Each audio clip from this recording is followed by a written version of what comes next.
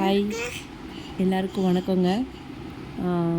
இன்றைக்கி எந்த செலவுமே இல்லாமல் என்னோடய மாடி தோட்டத்தில் வச்சுருக்கிற பொருட்களை வச்சு நான் வந்து மூலிகைகளை வச்சு நான் வந்து இன்றைக்கி ஹேர் பேக் ஒன்று ரெடி பண்ணியிருக்கேன். என்னென்ன மூலிகைகளுக்கு பண்ணியிருக்கேன்றதை பாருங்கள். கண்டிப்பாக உங்களுக்கு உங்கள் வீட்டிலே ஏதாவது மாடி தோட்டம் வச்சுருக்கீங்க, இந்த மாதிரி மூலிகைகள் வச்சு இருக்குது, ஆனால் நான் அதை வந்து ஹேர் பேக்குக்கு யூஸ் பண்ணதில்லை அப்படின்ற பட்சத்தில் நீங்கள் இந்த வீடியோ பாருங்கள். நிச்சயமாக உங்களுக்கு அது யூஸ்ஃபுல்லாக இருக்கும்.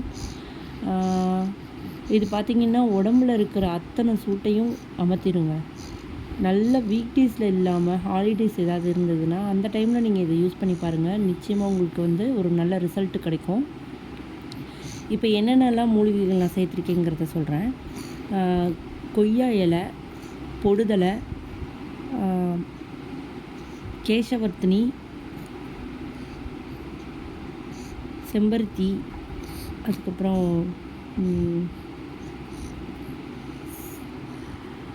துளசி. ஒரே ஒரு செம்பருத்தி பூ மட்டும் தான் இருந்தது. ஸோ அதனால் உங்களுக்கு நிறையா கிடச்சதுன்னா நிறையா எடுத்துக்கோங்க. அதே மாதிரி நாட்டு செம்பருத்தியாக எடுத்துக்கோங்க. நான் என் கையில் வந்து இது ஒன்று தான் கிடச்சிது. சரி, ஓகே, இதே எடுத்துக்கலான்ட்டு எடுத்துக்கிட்டேன். இது கூட வேப்பிலை இருந்தாலும் நீங்கள் சேர்த்துக்கலாம். இது எல்லாம் ஒரு நல்ல பேஸ்ட்டாக அரைச்சிக்கோங்க.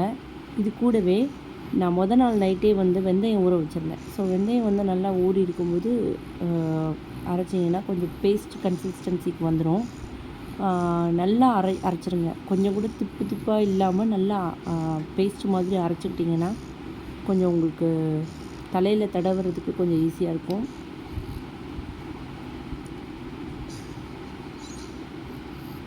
இப்போ பார்த்திங்கன்னா நான் அரைச்சிட்டேன். நல்லா பேஸ்ட்டு என்ன சொல்கிறது, கையில் வந்து தொடும்போதே உங்களுக்கு தெரியணும். இதை பார்த்திங்களா எப்படி இருக்குதுன்னு? இந்த மாதிரி பேஸ்ட்டாக அரைச்சிக்கோங்க. என்ன சொல்லலாம், இதை வாரத்துக்கு ஒரு தடவையோ இல்லை 2 வாரத்துக்கு ஒரு தடவையோ அரைச்சி யூஸ் பண்ணிக்கோங்க. Thank you so much.